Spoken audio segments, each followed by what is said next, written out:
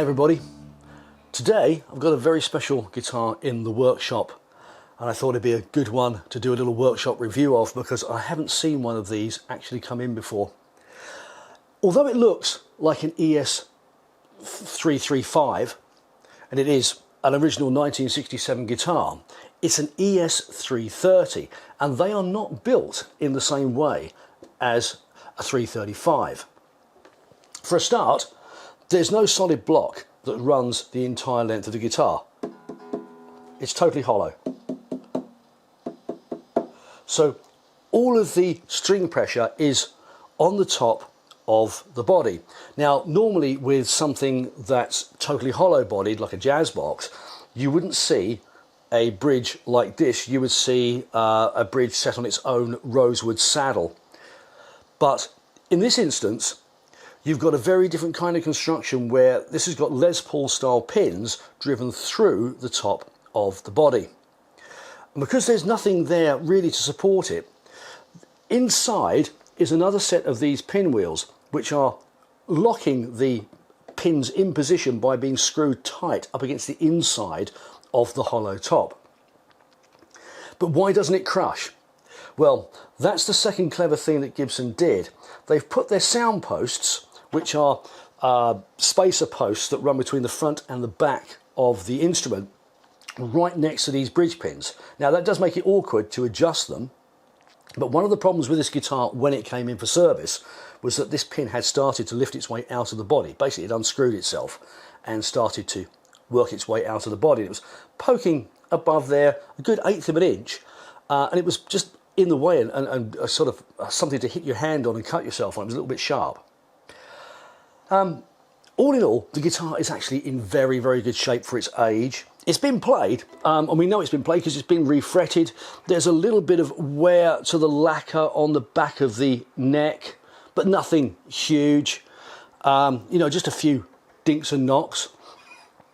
It looks like it has had a small headstock repair, but I challenge you to even be able to see it on the camera because it's been, well, seriously well covered over, and the repair is very good. It's very old repair by the looks of it. The other thing I noticed when I took this pickup out was that the guitar had been worked on, and probably in recent years, by an American luthier who's, and I say in recent years because the label looks fairly newish, certainly not more than maybe 15 or 20 years old. It's not really too faded or starting to peel off. And of course, I looked the luthier up online. He's still working in America, and I believe what he's done here is attach a new fly cable to the pickup, because you can see the join, and as is often when you do a connection on those kinds of cables, you join the inner and then you put a wire around the outside, coil it around and join the two shields together, because it's just obviously a 2-conductor cable. Underneath these covers, standard Gibson P90s, and they do sound exactly as you'd expect them to sound, bright and chimey and very lively. So what else is there to look at on this guitar? Well, there's one other unusual thing, and that's the fact that this is a technical factory second. Now, it's actually hard to see probably on the film why it's a second, but I'll try and get it close enough to the lens so that you can see it. Can you see a little bit of bleed of the red dye into the binding? It's not actually too bad around the edge of the body, but on the edge of the neck you can probably see it a little bit more. Now that apparently is what the owner believes caused it to have this second marker on it. And the second marker is just underneath the serial number on the back of the headstock, which I won't show you because you won't be able to see it.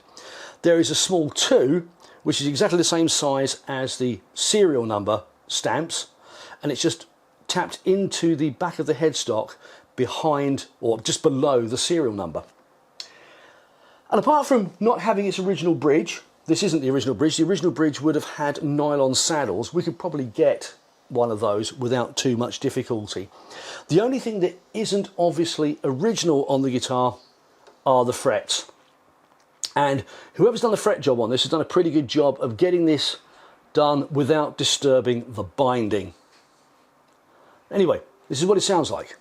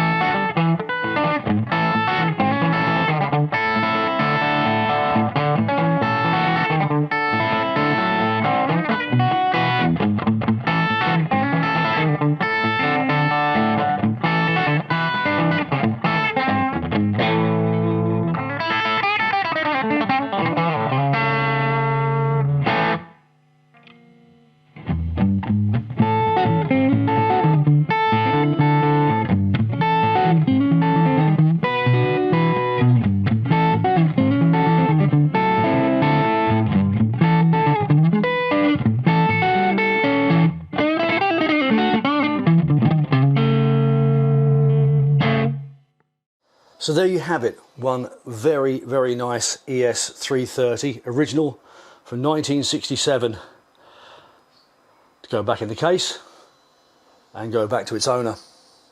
Thank you very much for watching. I'll see you next time.